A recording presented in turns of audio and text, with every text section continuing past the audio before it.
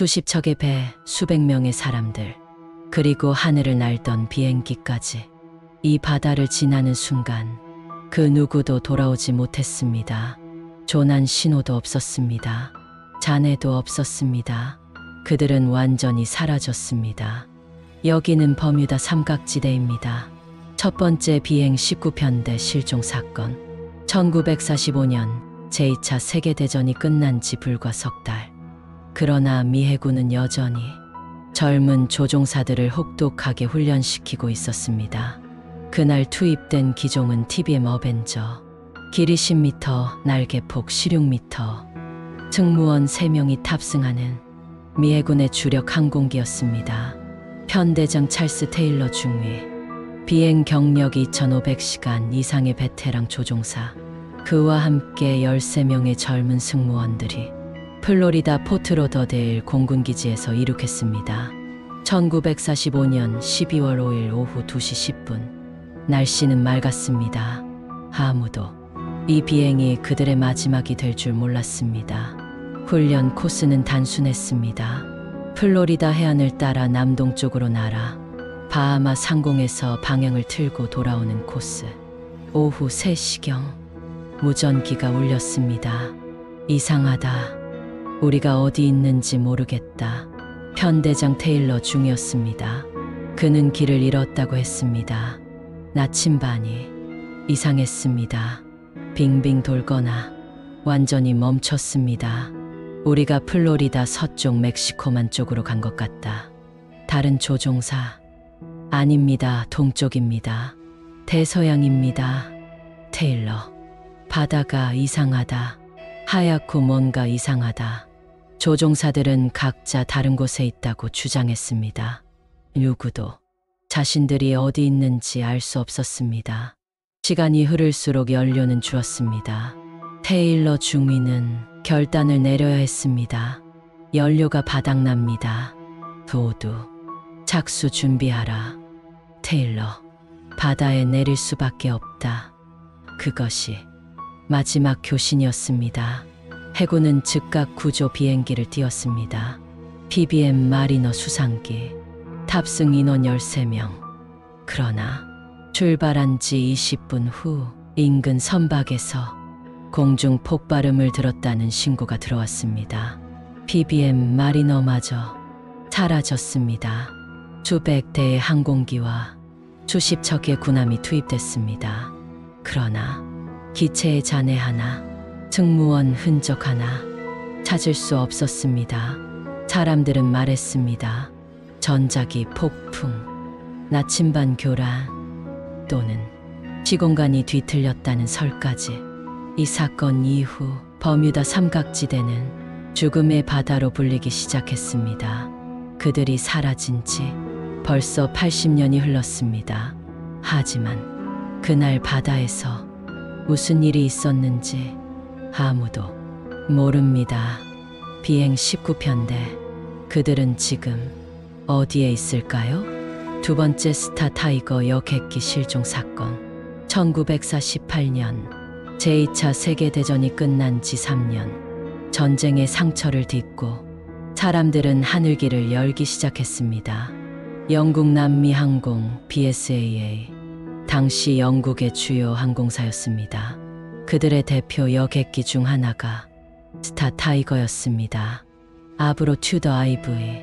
장거리 비행이 가능한 기종이었지만 당시만 해도 항공 기술은 지금처럼 완벽하지 않았습니다.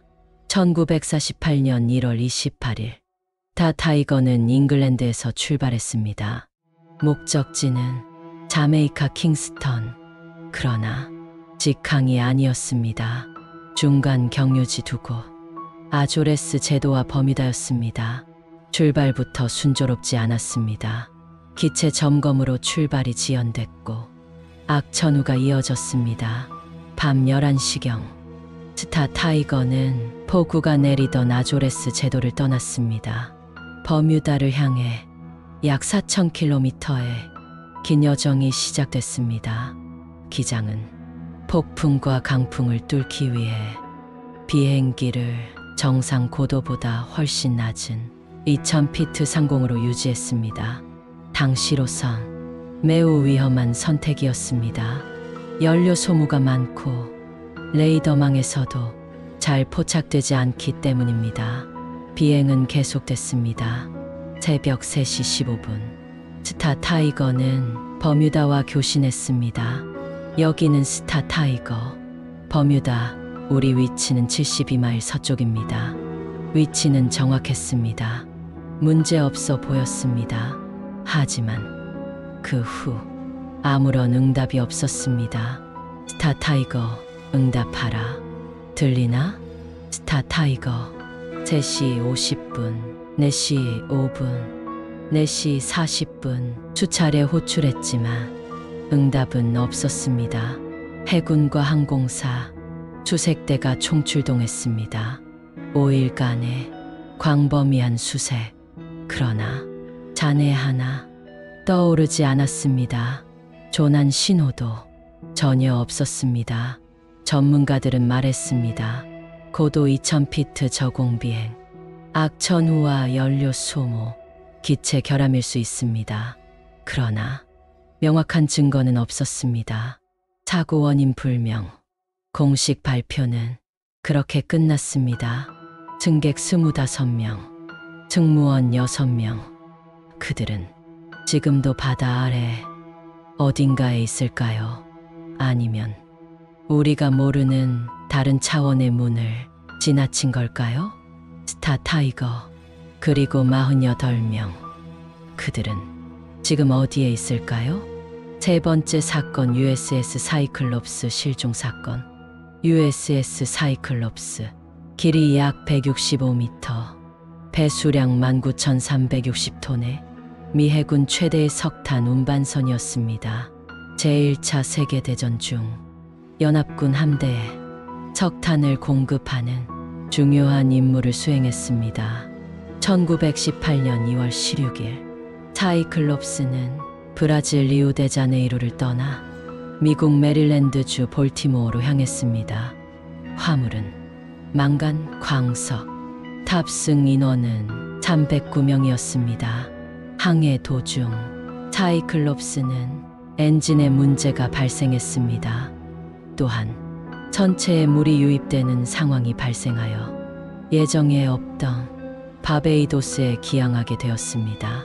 바베이도스에서 필요한 수리를 마친 후 1918년 3월 4일 사이클롭스는 다시 볼티모어를 향해 출발했습니다. 이것이 사이클롭스를 본 마지막 기록이었습니다. 사이클롭스는 어떠한 조난 신호도 보내지 않았습니다. 예정된 도착일을 지나도 소식이 없자 미 해군은 대대적인 수색을 시작했습니다. 그러나 잔해조차 발견되지 않았습니다. 당시 제1차 세계대전 중이었기에 일각에서는 독일 잠수함의 공격을 의심했습니다. 그러나 독일 측 기록에는 관련된 내용이 없었습니다. 또 다른 이론으로는 과적된 망간 광석으로 인해 선체가 불안정해져 전복되었을 가능성이 제기되었습니다. 하지만 명확한 증거는 없습니다. 사이클롭스의 실종은 버뮤다 삼각지대에 미스터리를 더욱 깊게 만들었습니다. 탑승자 309명. 그들은 어디로 갔을까요? 100년이 넘는 시간이 흘렀지만 사이클롭스의 실종은 여전히 미스터리로 남아 있습니다. USS 사이클롭스, 그리고 309명. 그들은 지금 어디에 있을까요?